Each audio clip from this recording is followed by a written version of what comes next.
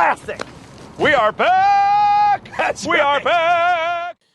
Right, welcome back to the channel. We're kicking you off with a new Man United series. Basically, we're trying to do our best to save Man United with some realistic transfers. Players I think they should sign in real life in this, and it's a new database as well. So in this database, some of the signs have already been done. So Cunha is already at Man United, but Mbeumo isn't.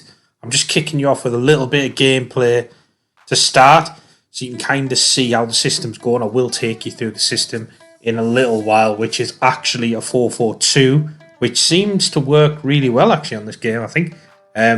If you want the system as well, just let me know and we can whack it on the Patreon page. And please let me know if you are enjoying the videos, and remember to like and subscribe. I'm enjoying making them. I hope you're enjoying watching them. As you can see, the gameplay we're playing very well here against Villa, winning 4-1. Sancho actually playing into Walker Peters. Little insight into one of our signings. Nice end to that.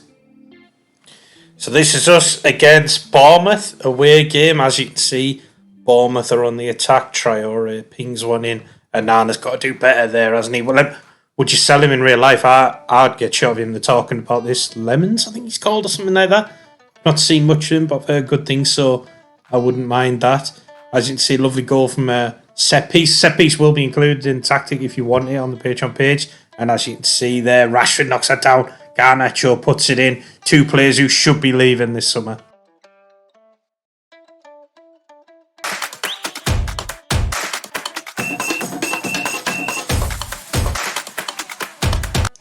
So now I'm going to take you through the tactic.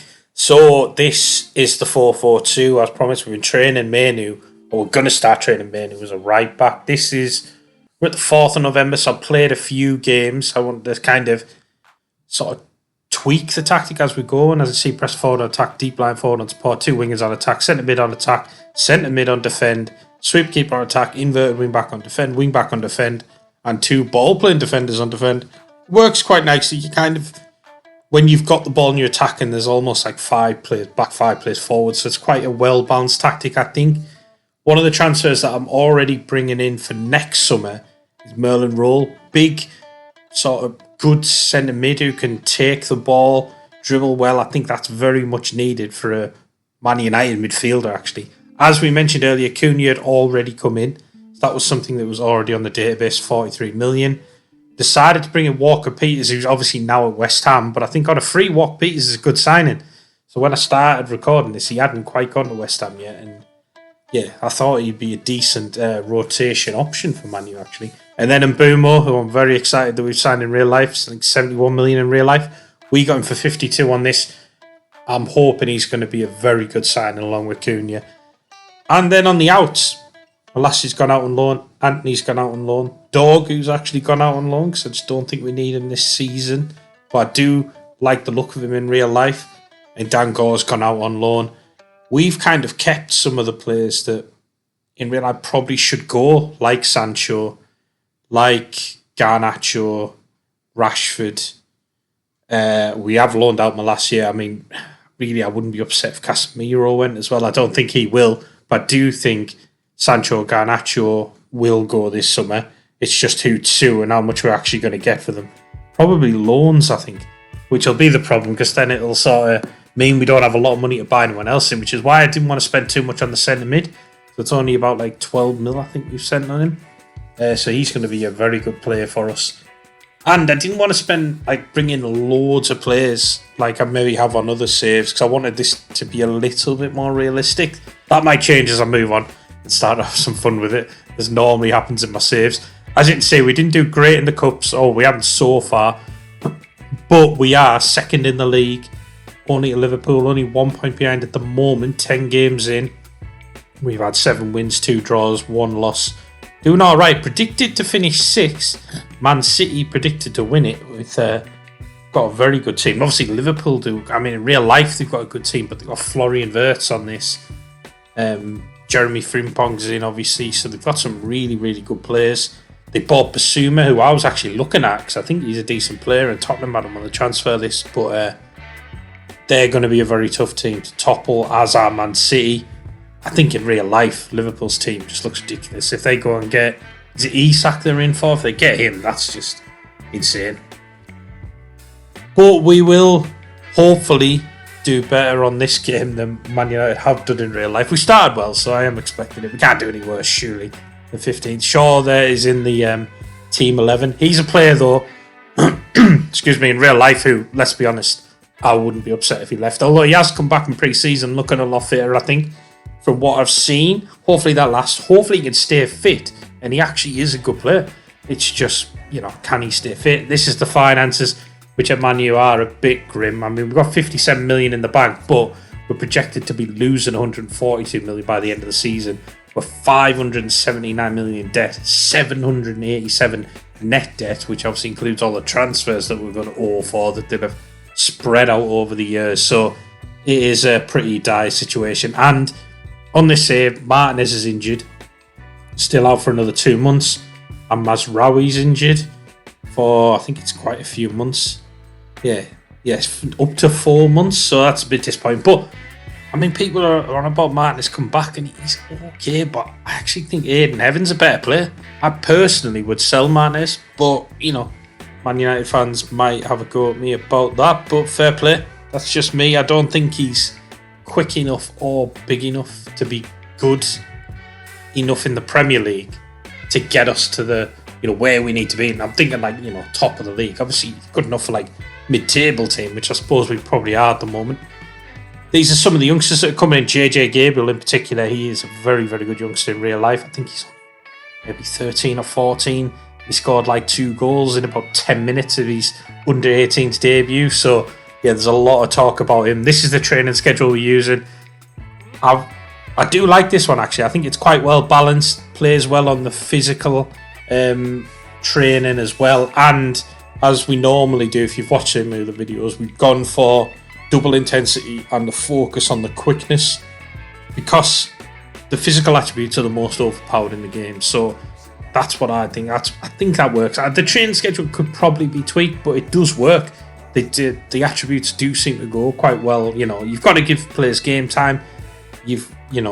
For them to get better, you've got to play them in the right position for them to get better. If you train them in a new position, that can sort of scupper their growth a little bit. So I mean, I do like doing that, and I do it for a bit, but yeah, just be wary of that. As you can see, the facilities are decent. We would like to improve them, but we probably can't because of the finances, unfortunately. So I'm going to go and play the rest of the season, and I'll see you shortly.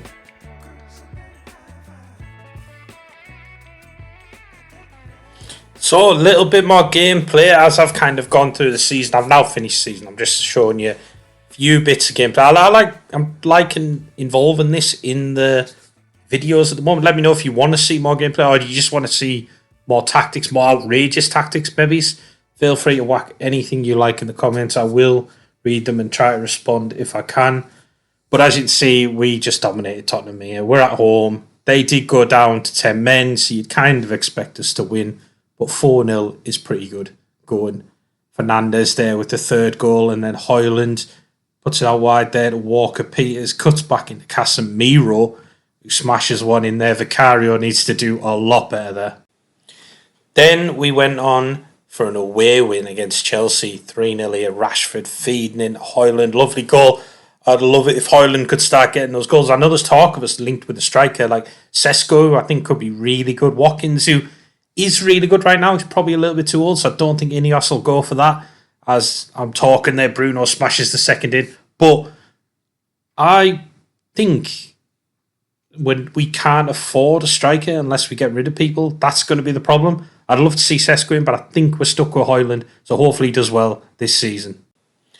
And so this is the last little bit of gameplay before we get into how we've done this season.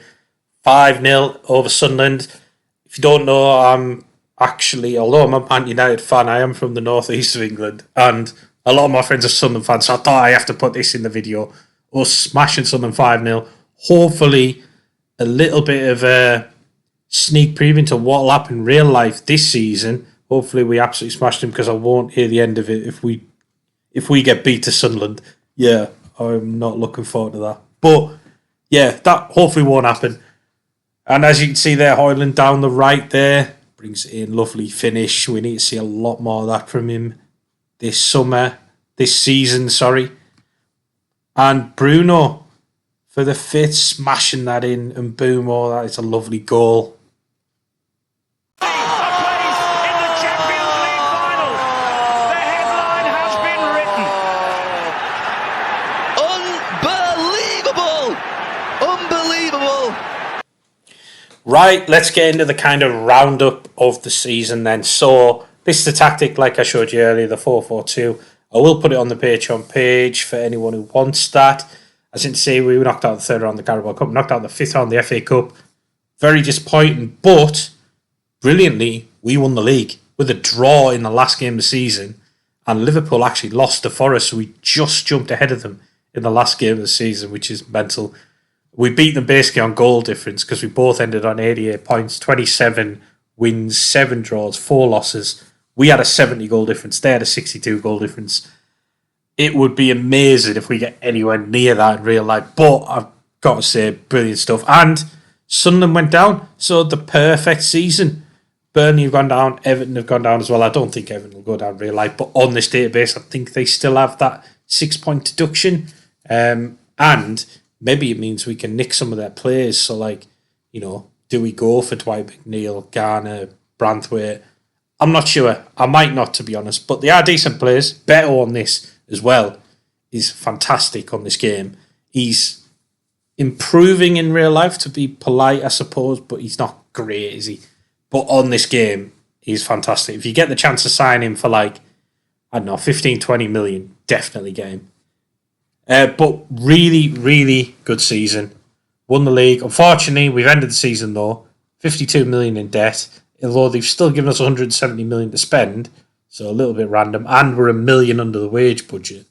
So hopefully they're going to balance the books a little bit for us in the summer. Maybe we need to do something, though. Sell a lot of players, not buy big. You know, we've got Merlin Roll, who's a very good centre midfielder coming in. Maybe we don't bring in too many more players this summer. Not sure. Let me know what you guys would do. As you can see, I did sell Lisandro Martinez. Like I kind of mentioned earlier in the video, I would do that in real life, especially if Bayern Munich came in with 53 million up to 71 million. He would be gone straight away. But some fantastic performances this season. Rashford there, 20 goals, 14 assists. Bruno Fernandes, the star of the show, like he is in real life, 21 goals and 23 assists. Fantastic player. And Harry Maguire, who was getting a lot of starts, got 35 starts, 3 sub-appearances and scored 10 goals. So he's obviously very good and benefiting from the set pieces, you know, because he's very good in the air. So that will be part of the tactic. When you get the link to the tactic, you'll get a link to the set pieces and everything. So, yeah, let me know if you want to see me do it. I've done videos before on the set pieces, so, you know, you check them out if you want. But I could do another video if you want to see how I'm trying to, like, tweak them and improve them as I'm going along. These are the players that I'm thinking of potentially selling. Now, let's be honest, I am a Man United fan, but anyone really is up for sale. Like, and that, I think, should be the theory in real life, you know, apart from maybe the new guys that have come in. And I'm glad that they didn't sell Bruno Fernandes, but really, even in this game, anyone is up for sale, apart from, I would say, Mbeumo, Cunha, Diallo. The rest could probably go. Thank you for making it to the end of this first season. I'll keep going with the save, and I'll see you soon.